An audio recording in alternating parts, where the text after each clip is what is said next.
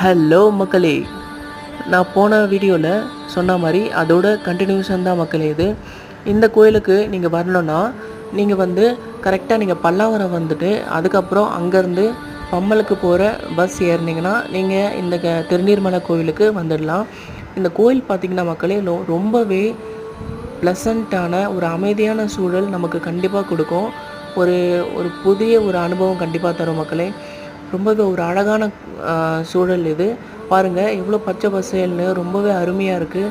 இங்கேருந்து அந்த ஹோல் சிட்டியே தெரியுது மக்களே. ரொம்பவே அருமையான கோவில். அதுவும் ரங்கநாதரை பார்த்தீங்கன்னா உங்கள் கவலையெல்லாம் கண்டிப்பாக மறைஞ்சிடும்.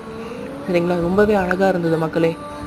ஓகே மக்களே, இந்த திருநெல்மலை வீடியோ உங்களுக்கு பிடிச்சிருந்ததுன்னா நீங்கள் கண்டிப்பாக லைக் பண்ணுங்கள், இந்த வீடியோவை ஷேர் பண்ணுங்கள். அப்புறம் கண்டிப்பாக மை லைஃப் ஜர்னி சேனலை சப்ஸ்கிரைப் பண்ணுங்கள் மக்களே. ஓகே மக்களே, தேங்க்யூ, பாய்.